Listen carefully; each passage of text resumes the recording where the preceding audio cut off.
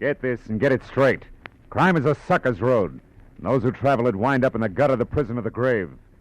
This time a nervous breakdown in a driving rain, a cape with a high collar and a tiny sliver of glass, led me from the ballet and a beautiful dancer to the edge of a cliff and death.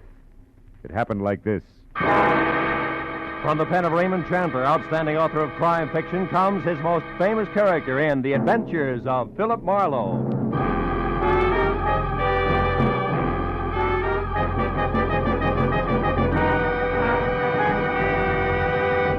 Now, with Gerald Moore, starred as Philip Marlowe, we bring you tonight's exciting story, The High-Collared Cape.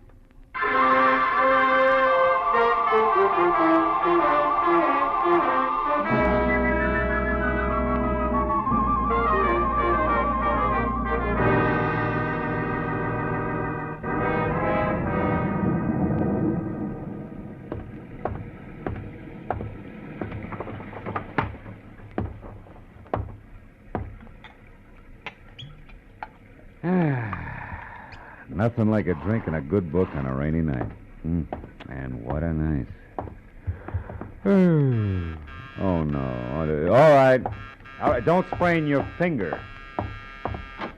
I'm most sorry to intrude on you this time at night, but I may have waited too long already. Yeah, well, look, miss, my office hours are 9 to... Poor Andre, I felt something dreadful was going to happen to him, and now I'm sure of it. You must find him for me, the poor man. Lady, wait a minute. Hold it, will you? Who is Andre? And for that matter, who are you? I am Vivian Ordway, prima ballerina ballet du monde. Prima ballerina? The impresario of the company, my dear, dear old friend, my teacher, the man who's been like a father to me. That is Andre Ledoux. We must help him at once. Well, listen, Miss Ordway, why don't you... Mr. Marlowe, I feared for some time that Andre was on the brink of losing his mind. Yeah, I can understand it. He's a genius, tormented by 1,000 frustrations. He will never dance. He's been crippled, but he is consumed with a passion for dancing and drives himself to express his genius to the clumsy feet of others. Yeah, well, that's very interesting. You've no idea, but I don't see why you came to me tonight, Miss Ordway. What can I do? Help me to find him. Yesterday, something else happened to Andre. I don't know what, but it upset him. Then today at noon, when this awful rain started,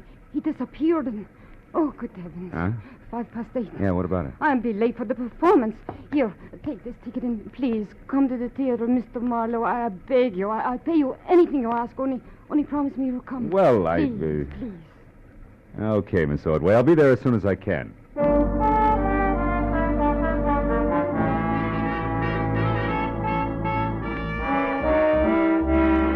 The ballerina swept out of my apartment like a frightened whirlwind. As I got dressed all over again for an evening ballet, which I needed like acute appendicitis, I saw that the ticket she'd left was number 27J at the Great Arts Theater, showing Ballet of the World, sponsored by one Mrs. Imogene Wyatt. Well, I got to the lobby, half soaked near the end of the second act, when an icy usherette shoved the program at me and hush-hushed me inside. The audience was a small cluster of Artie diehards down front, which left me in 27J feeling like Midway Island. My client, Vivian Ordway, was the whole show. When I saw the finale coming, I slipped down a side aisle and into the wings, just in time to catch a beef at the stage door between a long, wolf-faced intruder and a pudgy doorman. I ain't here, Scully Haskell, but even if she was, you wouldn't get in. She left strict orders. You're finished. Now get out and stay out. Okay, but let me tell you something. I broke my back getting publicity for that diamond-studded widow in this outfit. Imogene Wyatt's going to be sorry she fired me. I'm going to see to it personally. Get out of the theater, Scully. You're nuts. To you and his whole troop of stuck-up grasshoppers.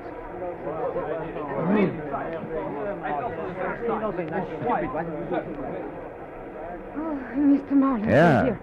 Come this way to my dressing room. Tell me, have you heard from Andre Ledoux, Vivian? No, nothing. But I did remember something that may help. Oh? Andre once mentioned that he had a friend here in Los Angeles, a Mr. Baker, who lived at the Winthrop Arms, the Winthrop Hotel, the Winthrop something. Uh-huh. Come in, Mr. Marlowe. Thank you. Andre may be there. I'm grasping at straws, I know, but if his mind is gone and he is lost, oh, I'm so afraid for him. Oh, now take it easy, honey. Take it easy. Vivian, is there news of Andre? Oh, no, George, nothing. Mr. Marlowe here is going to find him for us. He's a private detective. Oh, I see. Wonderful. I am George Melikov. Glad to know you. Vivian, I'll be at the hotel. If I can help, please do call on me. And, oh, My dear, you shone as beautifully tonight as the full moon. Как красивая луна. We mere stars were hardly visible beside you. До свидания, душа.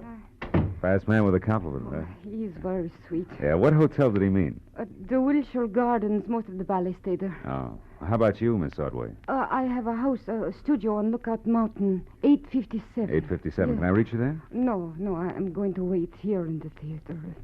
If Andre should remember and come back, I'd want to be here.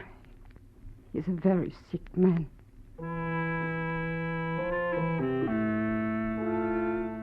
After I left the theater, a quick check in a phone book showed a Winthrop Arms apartment hotel on Havenhurst Drive.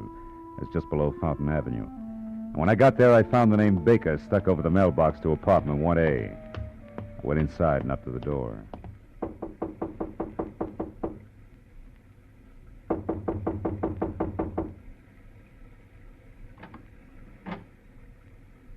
Yes?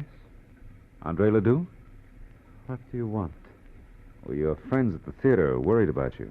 My friends? I have no friends. George Melikoff's worried about you. George Melikoff, my friend, is worried about. So is Vivian Ordway. Oh, Vivian. Uh-huh. Oh, that dear child. What will become of her now? Well, what do you mean? What's happened? Who are you? Miss Ordway sent me to find you. She's waiting for you at the theater. Waiting at the theater? Why? Why? The ballet is finished. What's that? Mrs. Imogen Wyatt withdraws her support completely. There is no more Ballet du Monde. I'm penniless. And all our work has been for nothing. I tried to reason with her, but it was hateful. Afterward, I drove here on a dark street, the rain slashing, clawing at me. Rain. Andre, where's your friend, Mr. Baker? Hmm? This place is packed in mothballs. He is in Europe. It is all right that I am here. He sent me the keys long ago, said I could use his apartment and his car. I came here to be alone, to think. My head aches. Andre, what time was it when you left Mrs. Wyatt's yesterday? Do you remember? I can't remember. Only that it was dark. Very dark. And it was such a difficult drive. Tomorrow she will notify her lawyer to alter the papers and order that imbecile. I wish she were dead. You hear me? I wish that Imogen Wyatt were dead. What was that? Stay where you are.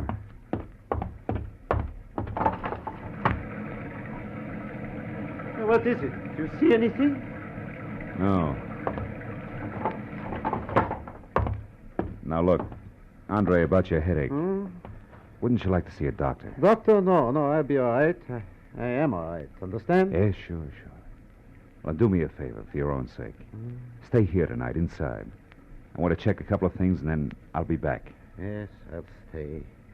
Where else would I go now?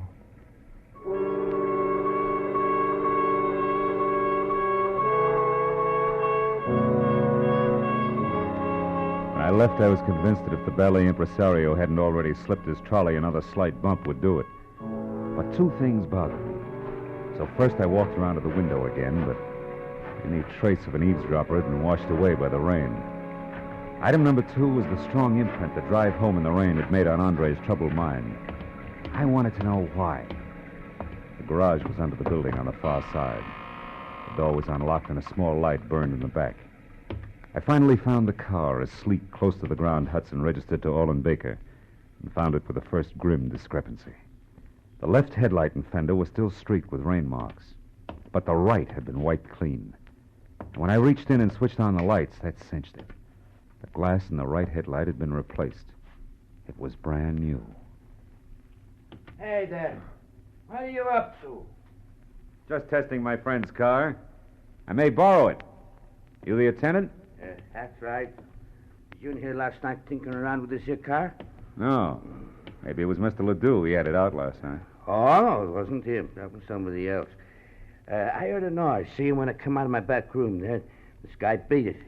He took off like a scared turkey. He had a big black cape on with a high collar, flapping in the wind. You better watch it, old-timer. That stuff's getting your eyesight.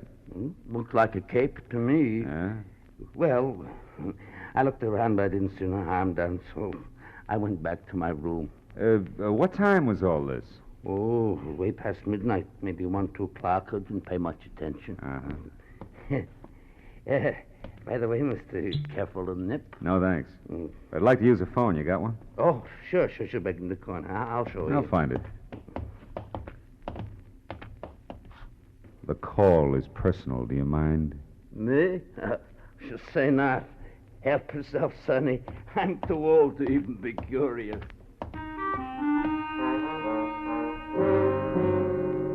My first call was to a desk sergeant in the police traffic bureau. When I identified myself and asked about a hit-and-run accident possibly on Fountain sometime before midnight yesterday, there was a pause while he checked the record. And then... On the button, Mr. Marlowe. We identified him by his Blue Shield medical card. Oh? One Lyle Kretschauer. Apparently stepped out from between parked cars on Fountain Avenue between Orange Drive and Roxbury. Was struck by an unidentified vehicle at about 11:10 last night. Condition serious. Now, what do you know about this, Mr. Marlowe? I'll get in touch with you later, Sergeant. Thanks. Stepped out from between parked cars.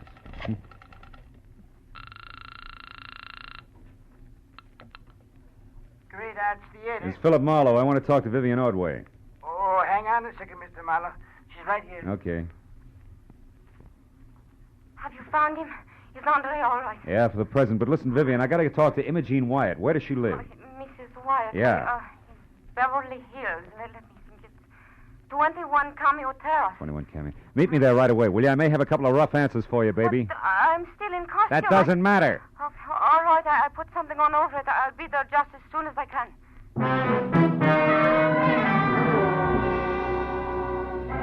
Between slick streets and visibility zeroed was a solid half-hour drive from the Winthrop Arms out to the swank Cameo Terrace. But when I pulled up at number 21, I wondered what the wealthy widow had spent her money on. The house was so small it must have been shingled with $20 bills to meet the zoning restrictions. I just started up the soggy gravel path toward the door when it came. As I started to run for the house, a green convertible I hadn't noticed before roared to life suddenly and disappeared down a side street. But I didn't have time to worry about it. Inside, I found Mrs. Wyatt on the dining room floor, fighting a losing battle with the distance to the telephone. Accident last night. I was going to ruin it all. Now, Andre let me.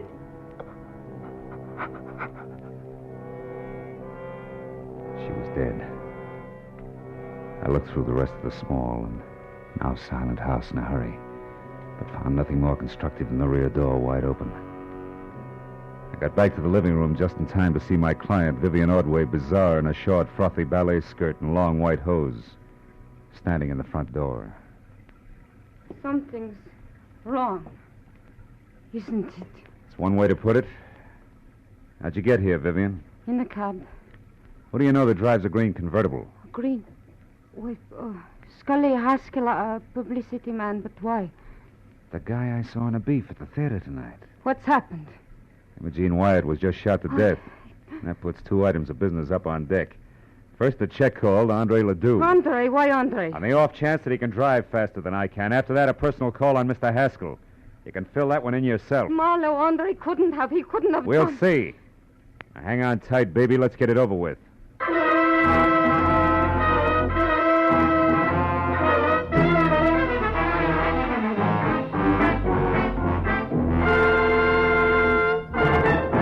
In just a moment, the second act of Philip Marlowe. But first, the great international comedienne Beatrice Lilly will be Bing Crosby's guest on CBS this Wednesday night.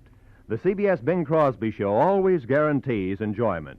So be listening when B. Lilly joins Bing on most of these same CBS stations this Wednesday night. And now with our star, Gerald Moore, the second act of Philip Marlowe. And tonight's story, The High-Collared Cape.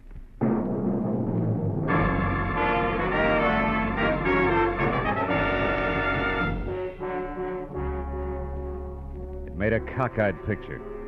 A beautiful ballerina miles away from the stage, yet in full color-drenched costume and gaping through tear-streaked grease paint. It's sudden death. It's a good time for me to start checking up. Andre Ledoux, the high-strung impresario, was first. If he was still at the apartment, I could cross him off as having done it personally.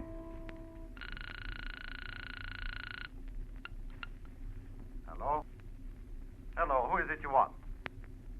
Sorry, wrong number.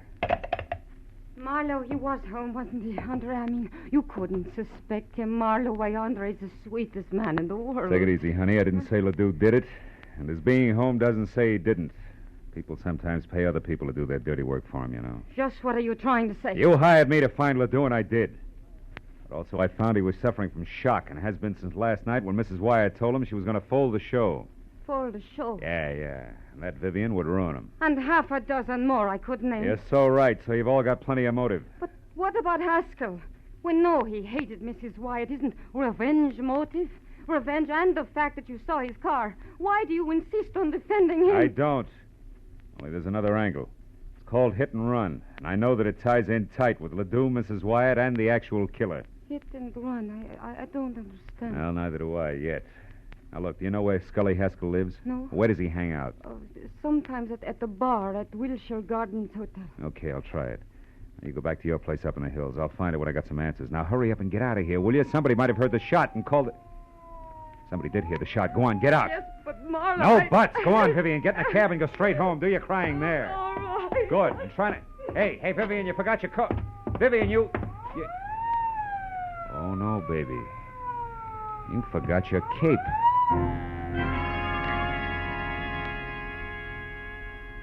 For a long second, I just held it tight and stared.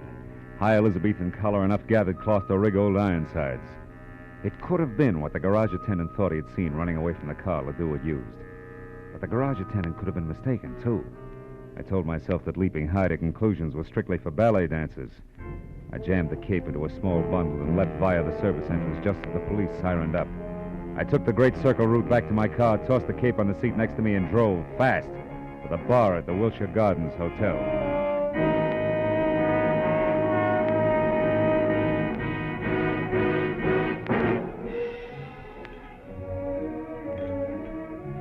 It was a kind of flattering pink mirrored place where the hors d'oeuvre had long ago replaced the pretzel. But Haskell wasn't in sight. And the only person around who could possibly be of any help to me was the delicate George Milikoff. Mr. Marlowe, have you seen Vivian? I am beside myself with worry. She's all right, Milikoff. She's not. I know. It is Monsieur Ledoux that she still worries about him. Yeah, him and a little bit more, George. Now, tell me, you know where I can find Scully Haskell? Why, yes, I do. He was just here for a drink. Where'd he go? You're being very brusque, Mr. Marlowe. Being very what? You're brusque. Yeah, well, now look, George. Without grand jetting out of your satin loafers, get this. There's been a murder, and Vivian's in it up to her pretty fluff skirt. A murder? How is Vivian concerned? Come on, Butch, let's get out of here. Where are we going, Mr. Marlowe? Out to my car where we can talk. The rain stopped. Come on. Over here. You said somebody was murdered. Who was that? Mrs. Wyatt. She was shot, and it might have been Haskell. Because she discharged him? Maybe. Or maybe something more complicated, like a hit-and-run accident that belongs to Ledoux, but somebody wants to cover. Does that make any sense to you? Here's the car. No. Should it? No. What's more, it shouldn't to Vivian, either. What are you getting at? There isn't time to explain. Call it thinking out loud. Thinking about this cape, for example, that belongs to Vivian. And about the testimony of a whiskeyed garage attendant. All of which makes me hope real hard that Haskell's the boy. More thinking out loud? Yeah, maybe. Now, look, where can I find Haskell? The Paradise Court Motel on Vine. He has a bungalow there, number 3. Oh, thanks. Well, if you're really worried about Vivian, George, go on up to a place on Lookout Mountain Road. She's not in good shape. And here, take this cape with you. Ooh. What? Why, you cut yourself. Your finger's bleeding. Yeah. On a sliver of glass, George. Glass that could have come from a broken headlight, huh? From a broken what? What are you talking about, Mr. Marlowe? The benefit of the doubt, George. Keeps getting harder to give it away. Bring this back to Vivian, will you? Tell her she left it at Mrs. Wyatt's, and that I'm positive Haskell's our man. So long, George.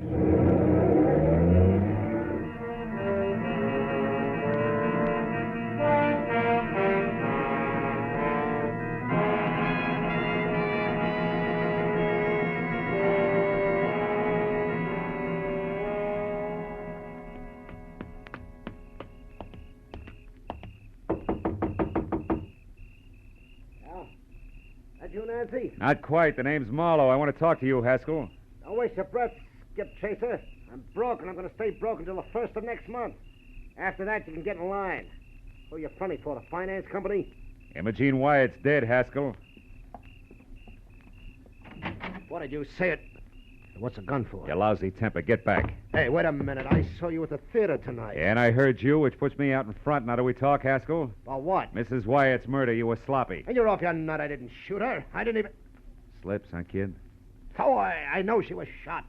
Doesn't prove I did it. Come on, why'd you kill Mrs. Wyatt? I did. How'd you know she was shot? Because it happened just as I got out of my car and started toward her place. I was going up there to read her off. The shot scared me away. Use your head, Marlowe. I was sore, but I didn't kill her. No, but interference on that hit and run you were covering was plenty of reason. What are you talking about, hit and run? Hit and run! Don't move, Haskell. Nuts. Come I on in, said Haskell. don't move! Congratulations, handsome. That's just what I had in mind. Close the door and stand still. Sure. Now what? The name's Nancy Connor. Occupation? Ex-friend of the unconscious. Don't look so worried, handsome. I'm on your side. I had something in mind exactly like that left cross you just threw.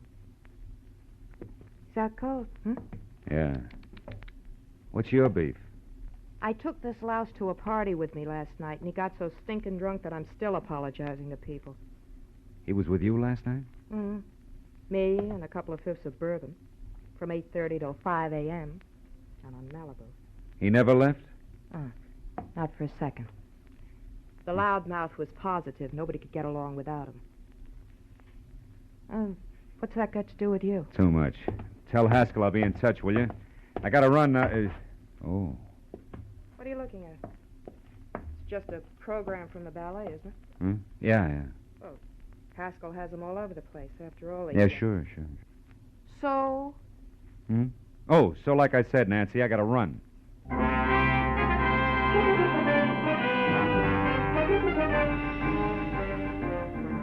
It was 15 stop-and-go minutes from Haskell's place to the Hollywood Hills, and another 5 screeching up the paved snake that was Lookout Mountain Road. But finally, I was there out of my car and running toward number 857, which was a collection of windows and a rustic log frame half jutting out into space. And around in the back, there was a wooden sun deck. Below it, on either side, huge rocks that lined the edge of the cliff. Directly below, only the dark, bottomless canyon. On the end of the porch near me, there was a long flight of stairs.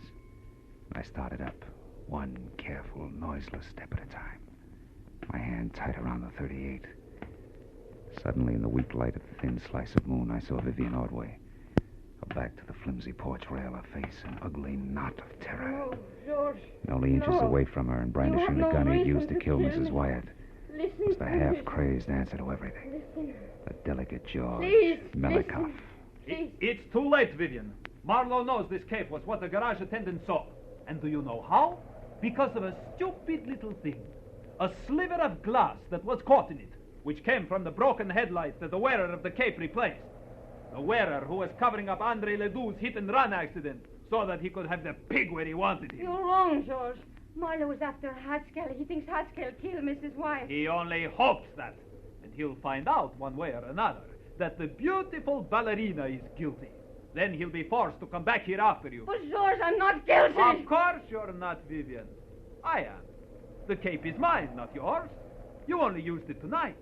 That's the only thing he doesn't know, and never will. Because you will have killed yourself after confessing to me. No. It's the only way, Vivian. You or me. But it's always been that way, hasn't it? Even in the ballet, where one or the other of us had to be starved. Too bad it wasn't I. Yeah, crying shame, Melikov. Get away from that rail, Vivian. He's going to the other end of the porch, Marlowe. He's going to jump with the ground there. Melikov, no!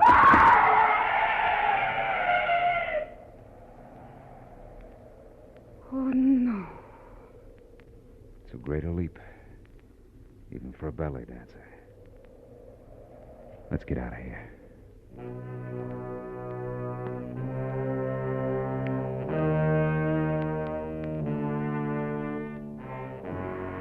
A long time at police headquarters, but finally all concerned had made their statement. The law was more or less satisfied, and Andre Ledoux never knew he'd hit anyone, was cleared of hit and run. That left me and the ballerina driving to a friend's house, where she was going to spend the night. Phil, I know you must have had enough of questions and answers, but... But? Yes. The reason George killed Mrs. Wyatt. Well, you see, Vivian, it started last night when George went to see Andre Ledoux because he was so bitter about his part in the show being cut down. And that was when he saw Andre returning from Mrs. Wyatt, shaken up and half-dazed. And with a broken headlight and other signs of having hit someone, huh? Yeah. And from there, George thought fast, covered it all up, found out exactly what had happened from this morning's paper, probably, and waited. When you hired me tonight, he must have followed me to Ledoux's and overheard Andre tell me that Mrs. Wyatt was going to pull out. Oh, so he went to her, tried to stop her, and couldn't. Yeah. Anything else? Oh, yes. Oh, one thing. Oh, that's the house there, Phil, the white one. Oh, okay. What made you hurry back to my place from Haskell's motel when time meant so much? A hunch, honey. As I was leaving Scully Haskell's, I saw a stack of ballet programs on a table in his living room. The cover on it was very interesting. It features you and a picture of George, majestic in his high-collared cape. So that was it. Yeah. That was it. Good night, Phil. Oh, will you call me tomorrow sometime, please? I'll call you. Tomorrow, Vivian. Good. It's a nice night, Phil. And so good to be alive. Well, good night.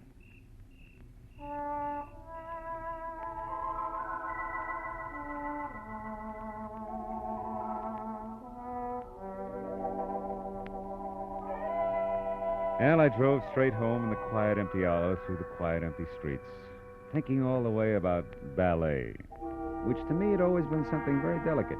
You know, for the long hairs, strictly the arty side. And I thought about the people I'd met who were connected with it. The ballerina with a lot of courage when courage counted. The high-strung Andre Ledoux, Haskell the muscle man, and George, as vicious as anything I'd ever met on Skid Row. And I was still thinking about them when I got out of my car. But then for the first time, I noticed a little white envelope on the seat next to me. It had my name on it. And inside was a ticket for tomorrow's matinee. Same seat I had before. Yeah, well, I figured I'd go. You know, those leaps they do, they're pretty good. What do you call them?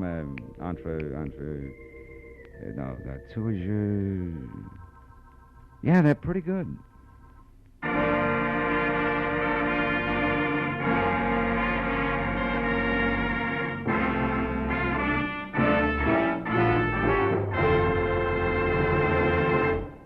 The Adventures of Philip Marlowe, bringing you Raymond Chandler's most famous characters, star Gerald Moore, are produced and directed by Norman MacDonald and are written for radio by Robert Mitchell and Gene Levitt. Featured in our cast were Georgia Ellis, Edgar Barrier, Elliot Reed, Lou Krugman, Wilms Herbert, and Michael Ann Barrett. The special music is composed and conducted by Richard Arant. Be sure and be with us again next week when Philip Marlowe says... This time it was a fishy horseplay from a red-headed beauty wild about ponies past a black-bearded sailor who bled to death on a racing form, to a neck-and-neck finish over a wandering seahorse worth $50,000. And you know what? I was the jockey.